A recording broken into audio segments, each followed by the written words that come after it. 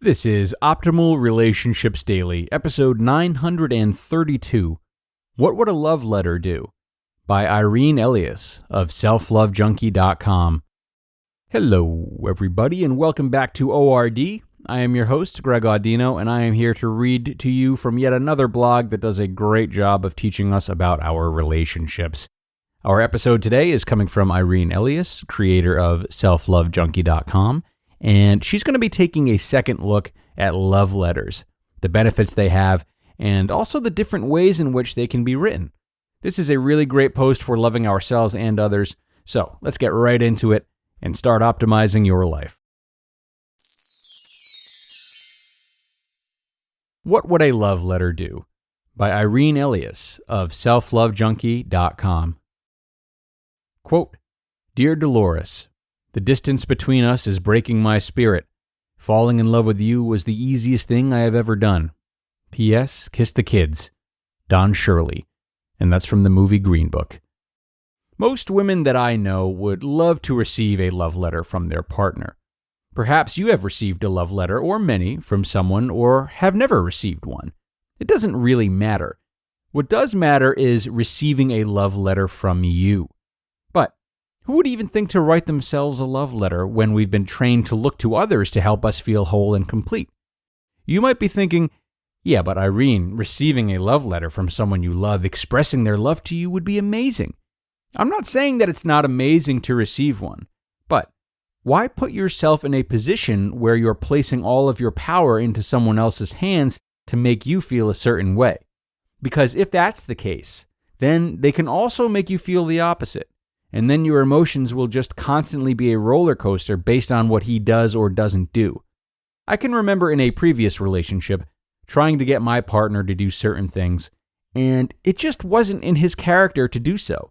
It didn't mean that he wasn't madly in love with me, it just wasn't his style. The stress of trying to change someone and having to deal with constant disappointment and negativity leads to a cascade of stress hormones in your body. It is well documented that people who are under constant stress have weakened immune systems, leaving them a magnet to infectious diseases and so-called autoimmune disorders. And I can say this is true because that happened to me. Having said that, I do believe in the power of letter writing and the impact they can have on someone. One letter can truly change someone's life.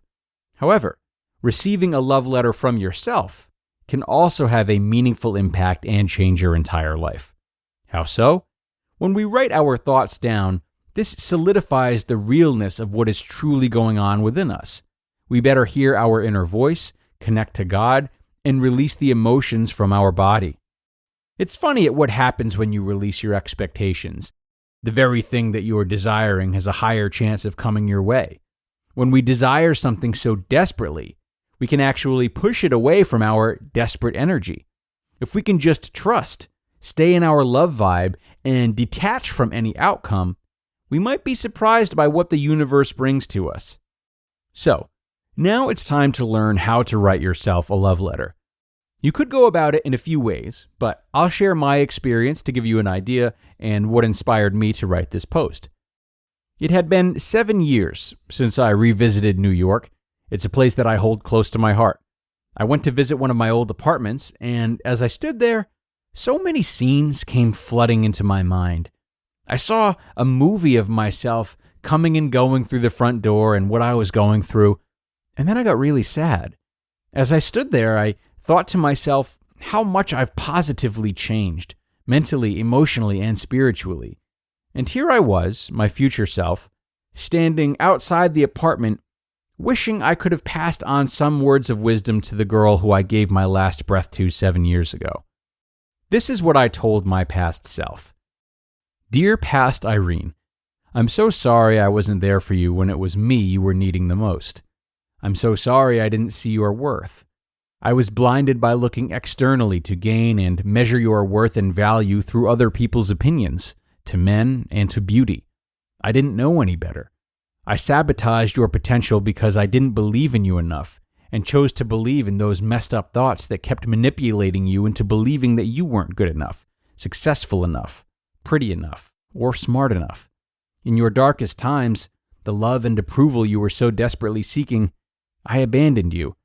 I'm so sorry. But I've learned so much from you, and for that I have to thank you. Without your experiences, I wouldn't be the woman I am today. But most importantly, without your strength, courage, faith, and hope, I wouldn't be where I am today. Thank you for not giving up on the woman staring back at you in the mirror. Even though it was ugly at times, somehow you managed to wipe your tears, pick yourself up from the floor, and continue on. Your tenacious spirit truly inspires me. I love you. XOXO, me, aka the woman staring back at you in the mirror. Okay, so now it's your turn. There is no right or wrong way to write a letter to yourself. It has to be right for you. The letter I just read was a forgiveness letter. You may choose to write a letter from your future self to your current self. If you could have a glimpse into your future, what message would you want your future self to tell you? She wants to reassure you that you're ready to receive all that you need to know. For example, you're already good enough and worthy enough simply for your existence. Look in the mirror and give that woman love and credit. Do your best every day. Don't push your dreams to the side for anyone. Your worth and beauty does not live in a man. You don't have to know every step, you just need to have the faith. Believe in yourself and everything will come together. How does she dress and act? Perhaps she has this confidence about her and a surety. You see how powerful and confident you've become. If you want to receive some guidance, ask your future self what you want to know most, and then listen as she gives you the best answer for you right now. She then tells you to apply your answer. Go somewhere where you feel comfortable and safe and where you won't be interrupted. Light a candle, put on a good song, or write in silence, and write from the heart, saying what you need to say and maybe what you need or needed to hear. Place the letter somewhere, and whenever you lose focus and feel helpless, read the letter. I would love to know the guidance you receive. Happy writing. With love, Irene. You just listened to the post titled, "What Would a Love Letter Do?" by Irene Elias of selflovejunkie.com. And thanks a lot to Irene for such a great read today.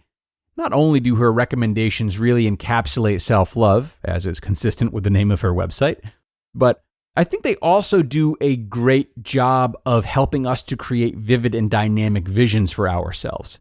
The last portion of her post specifically, in which we would write a letter to our current selves from the perspective of our future selves, really helps us to get into a mindset of who we want to be. And it's really taking the approach that a lot of great actors take, or writing a letter as that person, dressing as that person, envisioning the actions of that person, etc.